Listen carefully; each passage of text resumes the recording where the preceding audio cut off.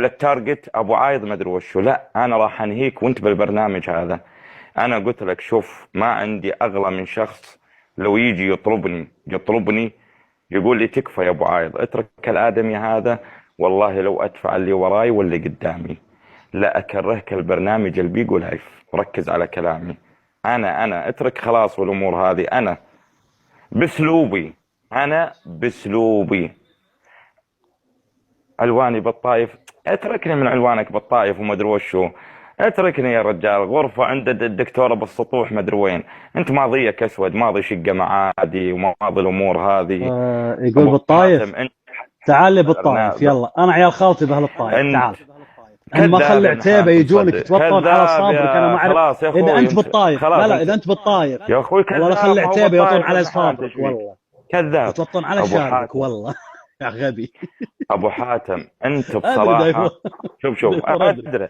شوف انت بصراحة بقول لك شغلة، اقسم بجلال الله من طلعت من بثك يا جتني اشياء اصدمتني. يعني انا استحقرت نفسي، واستحقر كل داعم يجلس ببثك دقيقة، وعزة جلال الله. يا رجال بلاويك طلعت سودة، شقة المعادي. يا اخي عيب وانا اقول شقة المعادي، عيب والله. يمكن يا اخي مشكلة، انت مصايبك واجد يا ابو وعايض حاتم.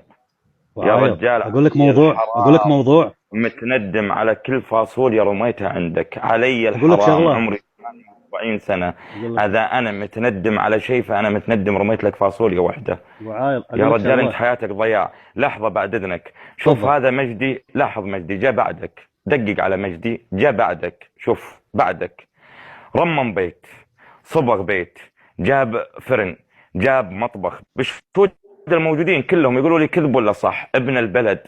الا انت ما سألت نفسك ليش انا غرفة فوق السطوح مقضي حياتك كلها بالحشيش وبالسكر وبالعراس؟ ما سألت نفسك ليش هذول اللي جو بعدي حطوا بيوت وعمروا؟ امس يورينا ابن البلد عنده فرن، انا ما هو موجود باستراحتي الفرن اللي عند ابن البلد، امس اعلق انا واسترك. ما سألت نفسك ليش انا ما عندي اشياء هذه اللي عندهم، جالس بغرفة كل شوي تدق علي رائة العمارة تطردني او ما تطردني؟ ما جلست مع نفسك ليش انا ما استفدت من هالبرنامج؟ اليوم الداعم هذا معي بكرة مو معي. بس انت مريض، انت مقضي حياتك. يعني شوف قبل شوي صار موقف هني تمنيتك انك موجود، اسأل اللي كانوا موجودين هني. بس اني اتغازل مع بنت وهي جاية معي راح طردها الرجال. لا تعملني زي ابو حاتم يا ابو عايض، ركز على الكلمة هذه. شوف يا كبرها، هذا انت لو فيك ذرة رجولة انت من حالك تترك البرنامج هذا. لا تعملني زي ابو حاتم. عكس بيوم انه يجي واحد عندك هناك يرمي لك فاصوليا زي الكلب وتقول له اه يا تاج راسي، خو يا تاج راسي، اديه عاوز ياخد قوي يا تاج راسي. شفت الفرق؟ وهذا مصري وانت مصري. شوف الفرق بينكم، شوف، ركز على الفرق. وربي لا منك ويجيني الكلام هذا وغلات ميمتي اني ما اجلس بالبرنامج دقيقة، بس هذا دليل ان ما عندك كرامة. شوف الفرق. بس علشان اقول وعايض. للبنت وهي جاية معي ركز، وهي معي وهي مذيعة وهي، بس علشان هذه بشهودها. شوف ايش كاتبت، اي والله قالها ابن الغلابة وطردها ركز وطردها.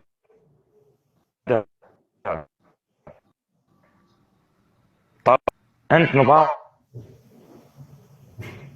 جرارة، وبعدين تتكلم علي انا يعني تتكلم على شخص وشو؟ ابو عايض راعي فوط، ابو عايض ابو ادري ايش. ابو عايض انت بيوم انه يدعم فاصوليا يا حيوان، اكبر تاجر قماش بالمملكة العربية السعودية، اكبر تاجر سجاد. يعني المشكلة مقاطعك، انت الان قاعد تدين نفسك بنفسك. بيوم ان ابو عايض ضربك بنعال وسحب عليك، انت ما سألت نفسك ليش سحبت عليك؟ انا اقول لك ليش. علشان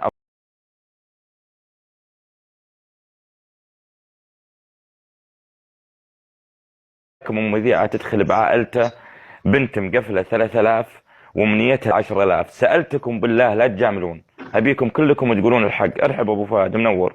سألتكم بالله من أول آيدي لآخر آيدي يرمي، وآخر شيء يجيها داعم يقفل لها 30، يمسك البنت يذلها يقول لها لا خذ ال30 هذا وروحي ارمي ال30 عند أيوش.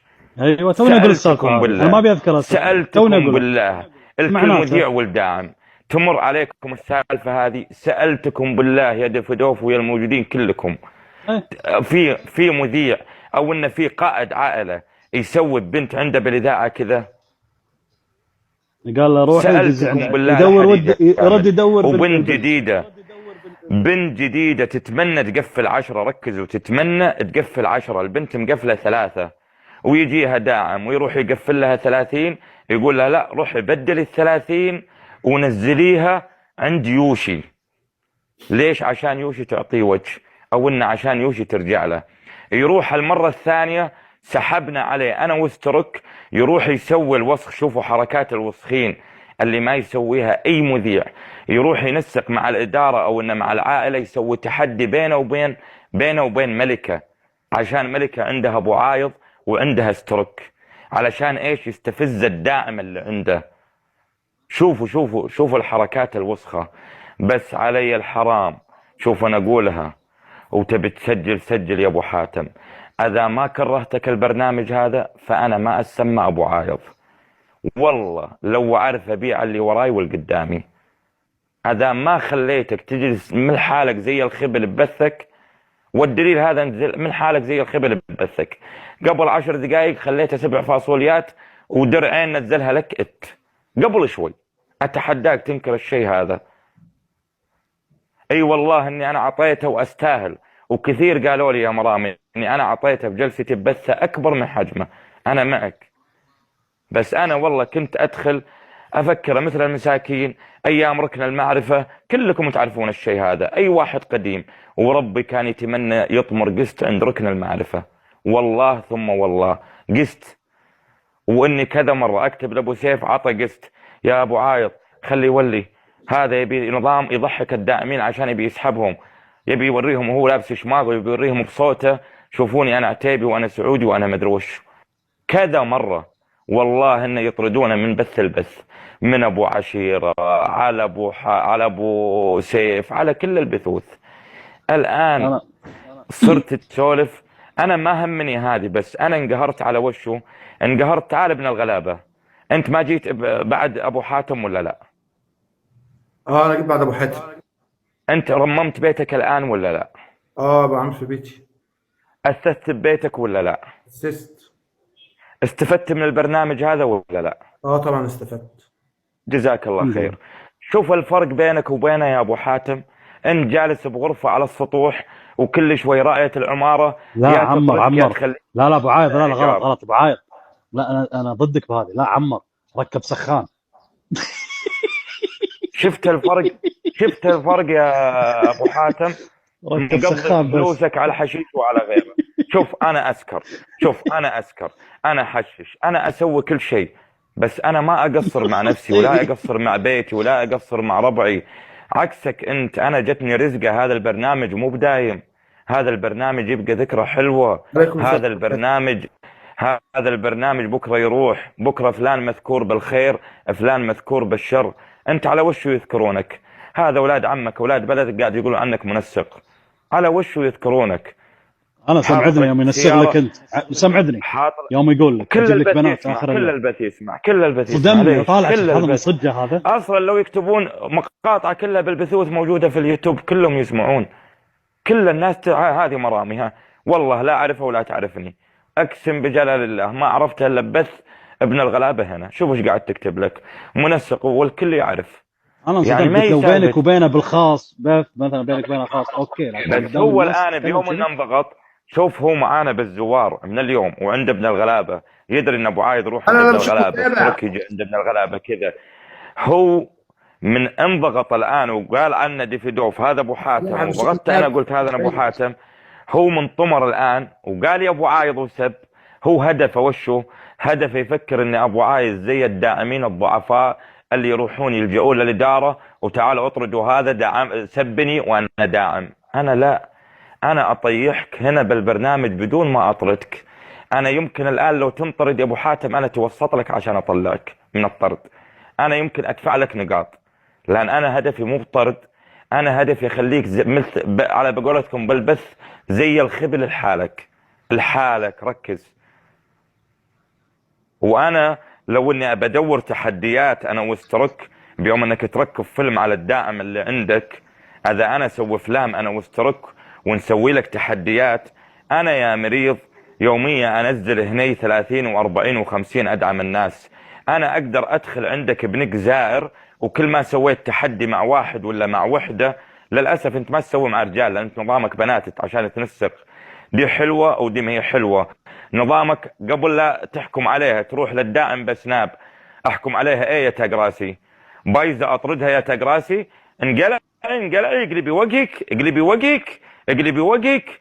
انت كلب اوامر يا ابو حاتم. انا بيوم اني الان تفضيت لك اعلمك الجدول بادب، اصحيك من الغيبوبة اللي انت فيها، اضيعك احطمك. تعرف شنو احطمك؟ انا مستعد اجلس 48 ساعة اطردك، ما هو طرق طبعكم انت، قست اهينك ادمرك دمار وبدون الفاظ وسخة، بدون ما اطري ما اهلك. بيطول عليك، بس ابي جمله يقول اذا قالها صح له من عندي 100,000 انزلها. جيبوا لي اذا قال جمله صح، هذا في ذرة رجولة وذرة نفس كرامة جيبوا. الصيغه ابيك تقول لي اياها، نفس الصيغه ولا ابيك تنزل تقول لي. خلك اذا انت بالزوار تعال، انت بالزوار تعال واسمعني. هو أبيك تقول موجود. نفس الاحرف، ما تغير ولا حرف ولا حرف. اسمع الجمله، اذا قلتها صح 100,000 انزلها لك، ولا تدري شلون احول لك اياها فلوس، ما انزلك اياها. ابيك تقول لي روح روحي يا بعد روح روحي، روح روحي يا بعد روح روحي. ابيك تقولها 5 مرات صح بس. الرجال ما هو فاضي من السوالف هذه، الرجال اتدمر طاح سوقه. تعرف شلون راح تقولها؟ انا اقول لك شلون راح تقولها. الحين الرجال قفل 300، الشهر الجاي ما راح يقفل حتى 30. هو وين؟ هو مو سوالف كذا. الرجال ضايع بشيء اكبر. الرجال الحين يبي يرجع الدائمين، الرجال يبي يرجع الدائمين. الرجال الحين كيف الدائمين راحوا عند ابن الغلابة، كيف راحوا البثوث الثانية، كيف ما عاد اول. خلاص ملوا من تنسيقك، ملوا من سوالفك. ربك شوف، ربك اللي قلبه نظيف، ربك سبحان الله يرزقه. ابن الغلابة عسى الله يرزقك ويفتحها في وشك ان شاء الله. حبيبي ربنا يخليك. يا ما راح اذكر اسمك لان صعب اني اقول لك ابو لا اسمع يا منسر، ما راح تقزر عليك صدقني. وباذن الله ان جيتك بالصيف راح اطلع عنوانك، و3 اشخاص راح يجونك يسحلونك قبل لا ارجع الكويت، يسحلونك قدامي ويهينونك، بعدين اقول لك انا فلان السلام عليكم وامشي واخليك.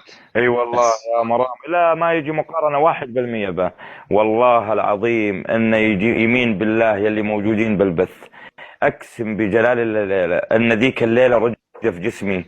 يا الله، قائد عائله يستغل مذيعين ضعفاء. يعني انا صدمت يوم يقول اروح قط عند فلان. مذيعه منيتها تقفل 10. يا ليت انها موجوده الان. والله يا دفت الموجودين، والله يا ابو فهد لو انها موجوده، اللي اسمها سلطانه كانت بعائلته قبل لا اطلع بعايض. شفت محبه الناس ابن الغلابه؟ قالت 10,000 بيوم اني رحت بثها. بيوم اني بيجون ضيوف بيجون الرجال. ما اقطع واردك يا ابو عايض. ابن الغلابه نعم، نصيحه محب. شفت اللي الناس اللي عندك هذه؟ طبعا على رسم. يسلم راسك. شفت محبه الناس هذه؟ لا تخسر محبه الناس. شوف الناس شلون لمت عليك، لا تخسر. لو يجيك من يكون يقول لك شيل هذا واطرد هذا، قول له مو شيل. لا هذا قلتها والله المجدي سبقا والله. لا بقدرهم، هم عارفين. ترى محبة الناس لو يجون بس يقعدون عندك بس يسولفون يهزروا معاك، محبة الناس كنز لا يفنى. امس استرك الله يحفظكم جميعا. السلام عليكم. الله يستر عليك. امس تخيلوا في شيء عن استرك كلكم اللي بالبث ما تدرون عنه حبيبي. والله يا امس جاني رجف لا شعوريا. قلت ايش فيك يا استرك كذا؟ والله اسمع يا دفلو في الموقف اللي صار. في بنت عجوز جابها مجدي، كم باقي لك يا حقه؟ قالت باقي لي 2100 مدري هذا. قال قلت انا كتبت على الكومنت يا دفزوف، قلت اعتبري نفسك مقفله دعواتك. قال لها مجدي خلاص يا امي خلاص، انت قفلتي. كتب لي استرك بسناب، بعد اذنك يا ابو عايضه بشاركك الاجر، نص علي ونص عليك. راح رمالها، بعدها رحت انا. توقعوا يا ناس يا الموجودين، هذه نصيحه لكل قائد عائله ولا لكل شخص يدور الخير. توقعوا مجدي وش قال لها يا ناس؟ والله العظيم شيء يصدمكم. قال له يا حقه لو وقيكي انا واقول لك بدلي، مش عاوزك تبدلي. اي واحد يجيكي دي خليها للشهر الجديد تنفعك علشان تضمني على الشهر الجديد. دي قفلوا لك الناس من غير تبادل، خليها للشهر الجديد. شوفوا كيف وهو مذيع، فرق بيوم انه مذيع وهو مو قائد عائلة. ركزوا، مذيع وهو قائد عائلة يمسك البنت اللي عندها غلبانة الله رزقها بداعم نزل لها 30. المشكلة اجيب سناب وانا على القسط اقول له انت مريض، ايوش تقفل ملايين. والله يا ناس اني اقول له كذا،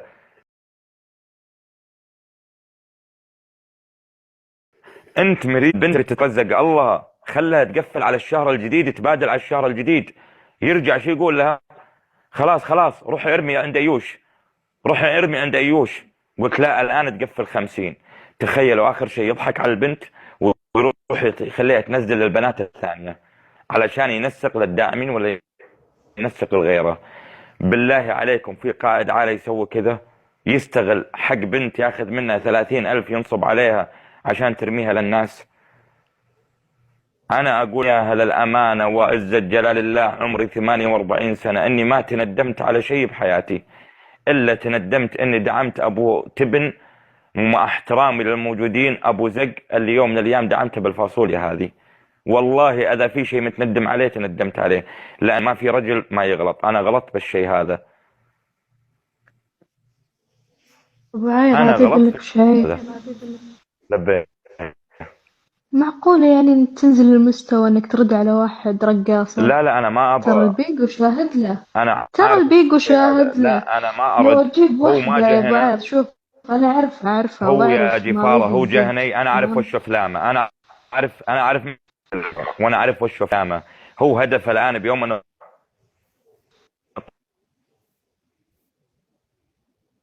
وديفيدوف كتب له لا تطرده. ما هو طلب. هدف الآن بإيش؟ أبو عايض زي الداعمين الضعفاء اللي واحدهم على الإدارة ويروح يتشكوك عند الإدارة. أنا لا، ما أتشكوك عند الإدارة. أنا شخص أخذ حق بيدي، أنا رجل، أنا رجل أفعل بيدي، ما أروح. ولا أنا من النوع اللي أقول أنا وأنا من النوع اللي أسكت. أنا ألعب على نار هادية. بس أنا قلت لك يا أبو حاتم ما عاد تطول بالبرنامج أكثر من شهر شهرين، ما عاد تطول.